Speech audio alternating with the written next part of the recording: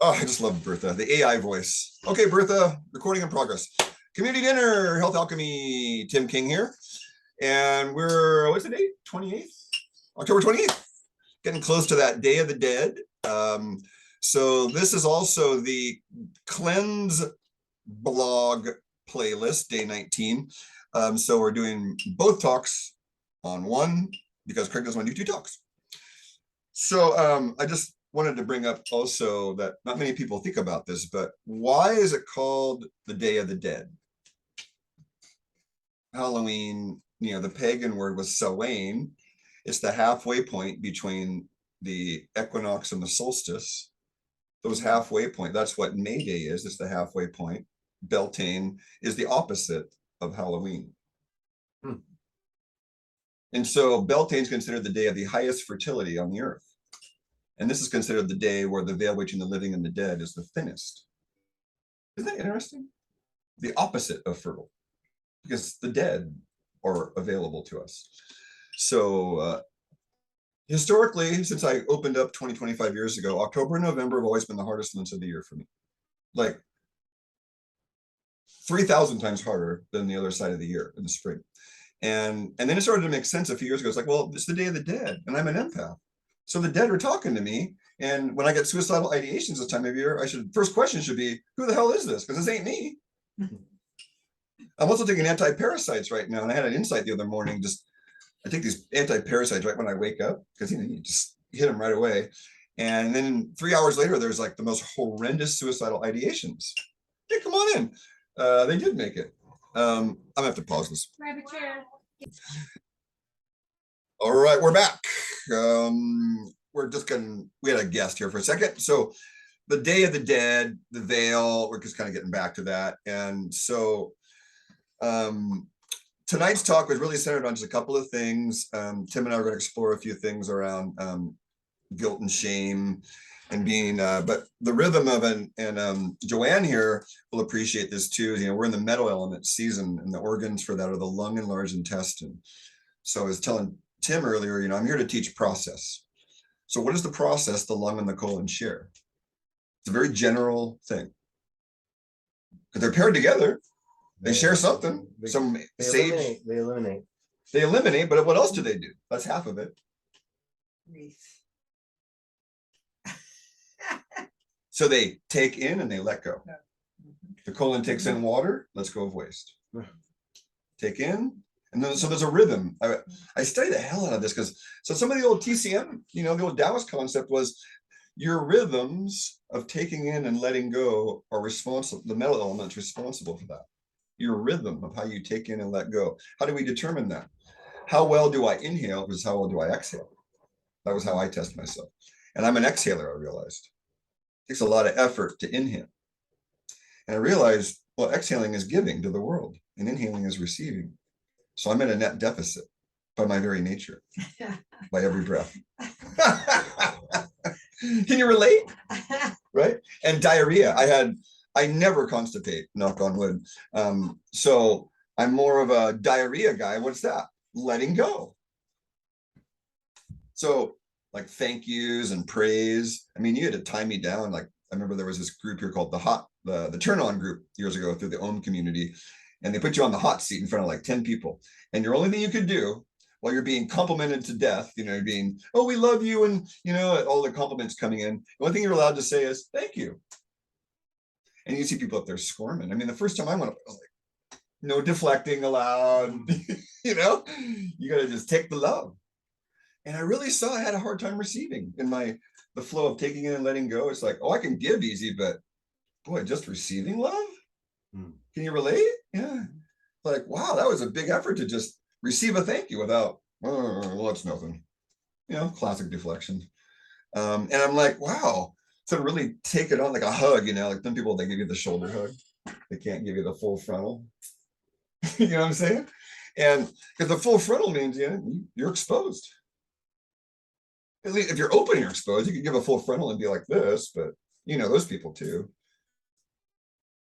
So on the cleanse, I'm on day 19, and I was going to break the cleanse tonight, but I guess having yerba mate at 8 o'clock at night probably is breaking the cleanse.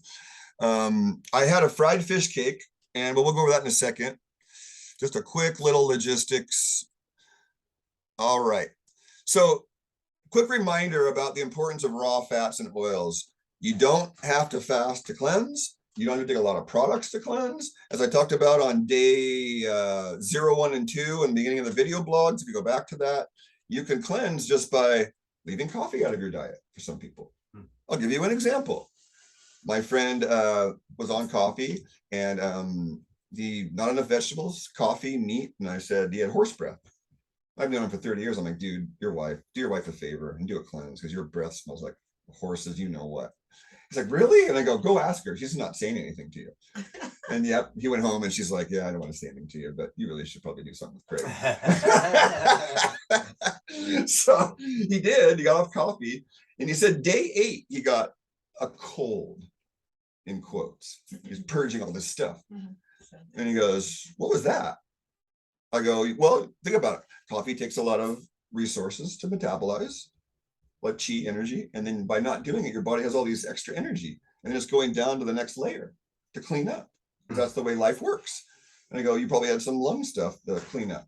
He's like, oh, you know, he doesn't believe some of my stuff. So then he started drinking coffee again. And he got the horse breath again. He went off again. And on day 8 again, he had precisely the same reaction the second time. So his set point was his body needed to work on that. Like I smoke cannabis just about daily. And the other day, like this big black loogie came out of me. And I'm like, yeah, I'm due for a cleanup pretty soon here. Because if I got a black loogie, that means there's other stuff down there too. That's probably dark and tarry, you know? So it's that's the natural state, by the way, is the body goes to, when it has enough resources, it just goes to the next layer of toxicity. And there's just so many layers, I can't even begin to explain how many is. And consciousness works the same way. I sat in silence as much as I could for 14 years. And what consciousness does when you sit in silence is it chews on something. And then when it sort of gets it, it goes to the next layer down, like the onion. And then it goes to the next one down. And in a silent retreat, you know, get the day 3 or 4 of not talking and sincerely sitting with ourselves, you're down pretty low in the onion layers, you know. It's like I just have from age 3, 4, 5, 6 coming up. Like, wow, I haven't thought about that in 30 years. Because that's what consciousness is naturally doing. It's digesting the trauma. That's what PTSD is to me. It's just awareness fascinated with an experience. If you get out of the ego. So the raw fats and oils, folks, if you try this, here's a fast for you. Do only raw butter, raw olive oil, raw avocado, I guess cooked avocado would be gross. Raw olives. You can even do raw milk, raw meat, raw fish. Just think, do 100% raw. Are you going to cleanse? What do you guys think? Even with raw meat and raw dairy? I'll give up chicken. I mean, I'll give up coffee. I'll give up coffee.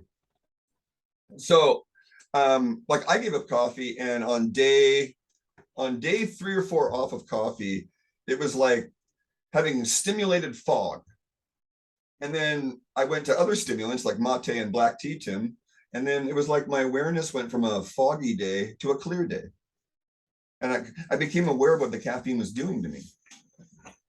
Versus the coffee, I think, was kind of numbing. So the importance of raw fats and oils and proteins comes in because when you cook these things, they're damaged. And our pancreas is like cancer is no mystery in my world. Our pancreas needs to have enough enzymes to clean up metabolic waste between meals. And if we eat too much cooked food, then those enzymes are used up digesting the cooked food that wouldn't be necessary if that food was raw. So the body can clean up waste with these extra pancreatic enzymes that aren't being used on the cooked food. So cooked caloric food is the worst. Raw caloric food saves your body a lot of chi.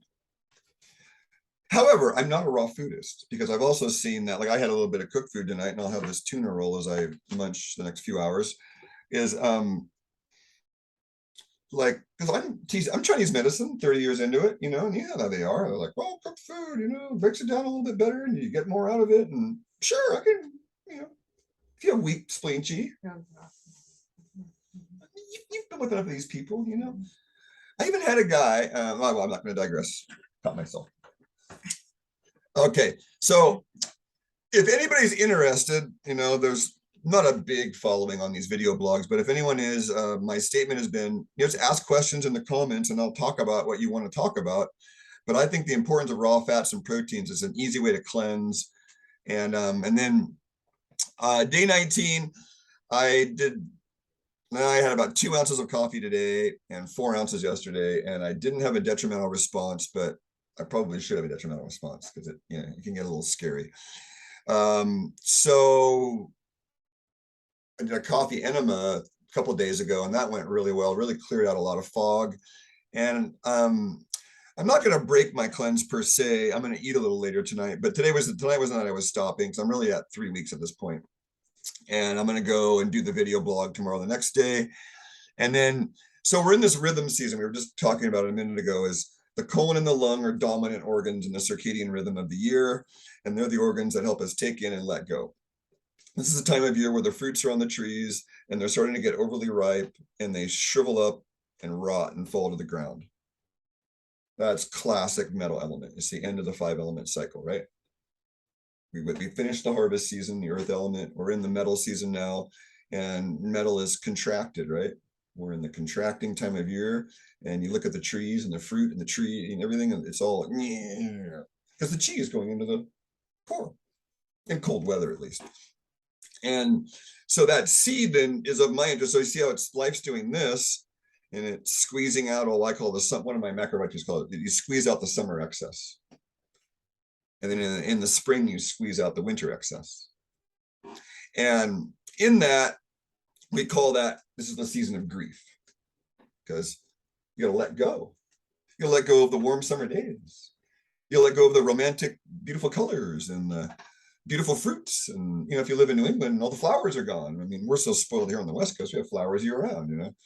But I was just imagining, like, in New England, you know, like, there's no flowers from, like, what, November to April? I hear the daffodils are one of the first flowers to come up because they kind of poke through the snow. But I mean, out here on the West Coast, we're like, wow, no flowers for 6 months out of the year. And in that, there's a rhythm, and we get stuck in these eddies. There were a bunch of metaphors going around last night at our freedom gathering of, you know, you get stuck in an eddy, or you get stuck in a parallel universe, or, you know, a weird pattern, or constraint, you know. And so my buddy Tim's here, and he's you want to talk, or you want me to just talk for you? Go ahead, talk for me. So Tim is with Adam Atman next weekend, right? Oh, you're talking about that. Well, I wanted you to plug it a little bit because you know, 10-15 people might watch this. So Yeah, well, okay, come on over, buddy. I'll get off the screen share now. All right. We're doing a circle. We're doing a trauma healing circle, and we've done probably 8. This is probably the 8th or 9th one. Do them quarterly. Love to have you come on down. You can always reach out to Craig and get my contact info. They're amazing. So much healing has happened in these circles. Love to have you. I personally worked with Tim privately on 2 different occasions, and I had one of the greatest insights of my life with him. Well, the family constellation stuff was amazing. What is it? Family constellation NLP is kind of like, you want to name anything else that you do? I think those are 2 breath worker, trauma release exercise, hypnotherapist, NLP, and family constellations is kind of I don't really do family constellation stuff anymore. I kind of talk people through it through hypnosis. So it's different than if you know what a family constellation is. It doesn't look like that at all. There's no group. It's just it's mostly one-on-one. And then when we do the groups, it's still one-on-one. It's like a one-to-one. It's spirit to spirit, you know, spirit of the person, spirit of the ancestors, and the healing, the amount of change people make in their lives is it's so gratifying to be a part of it. Yeah, so my experience was through, I don't remember how far in. I think we were 2 hours in, and I had this competitive energy with my brother, and he wasn't really aware of it. I talked to him about it, and he's just like, I'm not aware of what you're talking about. I have no idea what you're talking about, Craig. So I'm like, okay, it's mine. I need to own it and work on it. And so I realized I was led back to this memory of driving home from the hospital when my brother was born. He's 2 years and 8 months younger than me, and so I was almost 3. And I had this visceral memory of feeling in the house like mom's big, something else is coming. The attention is leaving me, and grasping for attention, and feeling panicked. And then we're driving home, and I pinched him in the back seat and made him cry, the little baby, my brother. And I had this vivid memory of feeling bad about that because of you. And I'm like, wow, that sucks. I did something bad because I was feeling hurt and abandoned. And then it was just, oh yeah, I just need to feel this and let this kid know it's okay. Right? Yep. So I just let myself feel it. Like, oh, I feel sad. Okay, you're still loved though. Even though you felt that way, they never abandoned you. It's a perceived abandonment, right? There was no abandonment. You were loved. It's just that the primary center of attention became the younger child. So then because of that, I worked out a theory that I called the older sibling complex, that if you're the oldest sibling and there's a series of children, then you go through a series of these, right? And you got to acknowledge it. And I was competitive with my brother, I think, on some subconscious level, until that moment where I realized, oh, fuck, I don't have to do that anymore. Yeah, what happens is, people have these traumatic events, and sometimes to an outside observer, it wouldn't really seem like a traumatic event. Like, oh, they just had a baby brother get born. But in their mind, they're creating a story around it, and they're creating beliefs around it. And the beliefs will support behaviors, and beliefs and behaviors will support the identity of who someone thinks they are. And when you go in and you find these memories and you do the breath work and the trauma release exercise, or whatever, it looks different for different people, but it just has a way of moving through the brain and moving through the subconscious mind, so people can create something different in their lives, letting it go and moving forward. So it's what it's all about, and it's what the world needs. Yeah, and I'll tell you, I met Tim through the Mankind Project, and so part of what they speak to is facilitating. You're a facilitator, and I think that's a great word. Like somebody said today, oh, you healed so and so. No, I didn't do anything. I facilitated them to do their own healing. I call myself a road sign on someone's freeway of life. I'm on a sign. Hey, go that way. No, you're going the wrong way. Over here. You're going over there, and you say you want to go over here, but so you got to turn right and go over there. And that was what Ajashanti, that was his way. He's like, I'm not your guru. I'm just a guide. And that's why he became my teacher. He's like, oh, guru, fuck that. Guide? Yes, I like that. So Tim, I've seen Tim facilitate people. And, one of the things that a couple of foundations, safety and trust, right? And so, we've been through enough to know, like, there's certain ways to help people feel safety and trust. And, one of them is confidentiality, of course. But like, we had someone here earlier, right? And she felt safe enough to cry a little bit. Complete strangers. There she was crying in front of you guys. Huge compliment to you two and Donna. I mean, it's just like, wow, who cries in front of strangers? Not many people. But that's what happens when people come in to see me, is they realize, oh, fuck, this person's actually receiving me. They're actually listening. And I called, when we feel heard, then we feel met. And when we feel met, then we feel community. Because not many people are actually listening. They're half listening and also thinking about what they're going to say next. I have done this experiment. Ajashanti talked about, he said, because parents would come in like, God, my dog bugs me and my kids bug me. And Aja goes, it's because you never give them 100% attention.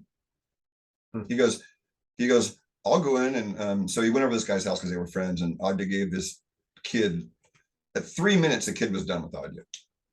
because he was beating him 100% present. Even over the dog, and the dog was like a minute, and the dog was done with him. After only a minute, never bugged him again. And then the father started practicing it, and the kids, little 3 to 5 minute windows of 100% attention, and then they're done. And they move on because they're bored with you. I've been with a lot of women. I mean, it's, and I learned through women that women are much more sensitive than men. And that I don't know how many stories I've heard of women, making love to their husband and knowing he's thinking about something else while he's inside of her. I never wanted to be that guy. So I'm not even going to be with a woman if I can't be 100% present, because they want that presence. Am I incorrect? Because a lot of us have fathers who weren't present. I think that's part of it. Mine wasn't. He was a good provider, and I felt safe and provided for by my father, but I never felt, sorry, Dad, he's still alive. He could be watching this. And my father knows I love him, but he's just unavailable. And not so much unsafe. The other people in my family are more unsafe, but yeah. And then we end up like, what does the masculine represent? Boundaries, right? Goals, purpose, mission, a plan in life. And we have these absent fathers from our generation, And I look around at the fathers. I have 2 best friends that are raising 3 kids as single dads, and they are my shining example of devotion. Their kids come before their own life. They both work their tail off for their kids. And so those kids have good direction. Their kids are solid young adults now. And then, but if you don't have the good, remember, on the MKP weekends, like, and you ain't got a mom issue, you got a dad issue, on the carpet, right? That's where we go. These facilitators, you can beam down and go like, well, so, if you see they have feminine issues and you go over to the mother's side, they have masculine issues, you go over to the father's side. And I mean, there are people that I've seen facilitate that I don't know how the fuck they, it's pure channel. Some of the leader guys, it's like, how the fuck did he know to say that?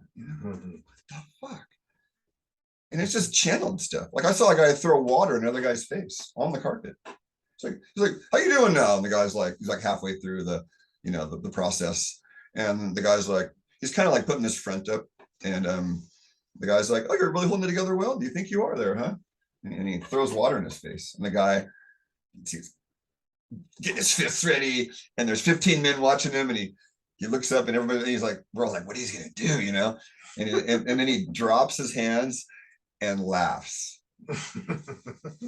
And then when his hero's journey was done, we all checked in, and then the facilitator was like, huge gamble.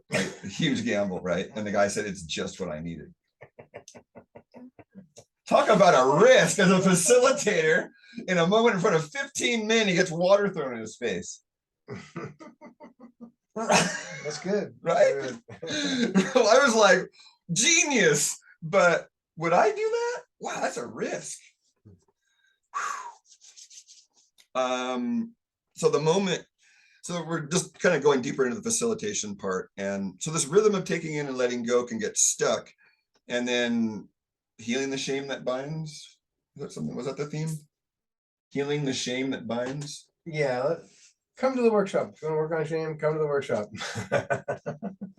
Okay, but what's the difference between guilt and shame? Well, guilt, I did something bad, and shame is I am something bad. Oh, beautiful. And it festers and creates so many dis-eases in men, women, and children. That is so succinct. I did something bad, or I am something bad. Yeah. Oh, you never heard that one? No. I think that our friend who came in tonight briefly. I think that's what's going on over there. I think you're right. Wow. So one definition I heard at a weekend was MKP weekend was guilt is the acknowledgement that I did something off, I made a mistake, but it doesn't. There's no sense of value judgment. Versus shame is, oh, what I did just only confirms what a piece of shit and how unlovable I really am. To kind of extend it out. But your version is way short. Like, wow, you get that. That's your elevator speech, right? You got your elevator speech down. Anything else you want to talk about? We can stop this now. I think I'm good. I would love to just see every man, woman, and child work through their trauma and make the world a better place. So we have a men's circle on November 19th, and it's going to be here in Santa Cruz Mountains. November 19th. What day of the week is that? Is that Saturday. Saturday the 19th? And then your other weekend is on not tomorrow Saturday, but the following Saturday. The following Friday. So Friday. That would be the 4th, I think. November 4th. Let's make sure we got this. No, October. Yeah, November 4th. Exactly.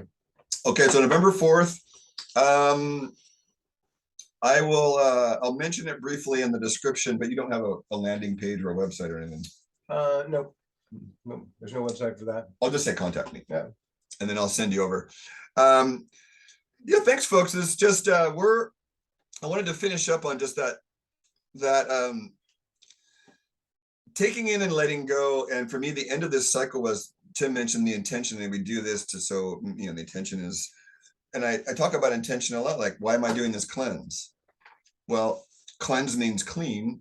Clean means I'm more discerning. So I cleanse every 3 months, even a little bit, so I can be a little clearer, so I can be a better person and create a more clear, what was my first? I create a world of harmony by checking in with my heart, was my original statement as MKP. I create a world of harmony by checking in with my heart. I create a world of abundance by using my sexual energy wisely, as a newer one I developed. I create a world of abundance by using my sexual energy wisely. And I create a bridge between the worlds by knowing what I am, is another one I developed more recently. It's like the 3 centers, right? Top, middle, bottom. And so my intention for the cleanse has been succeeded. It's also to push the edge of, can I have some willpower over my gut bug cravings, as I'll put them, or just general temptations. And I'd say out of the 21 days I was off coffee, probably 10 of them were like, in the morning was like, something was screaming downstairs for coffee, like some part of me, like, nope, not giving in. So that was satisfying. And there was about 3 to 5 people on my team kind of loosely following the cleanse.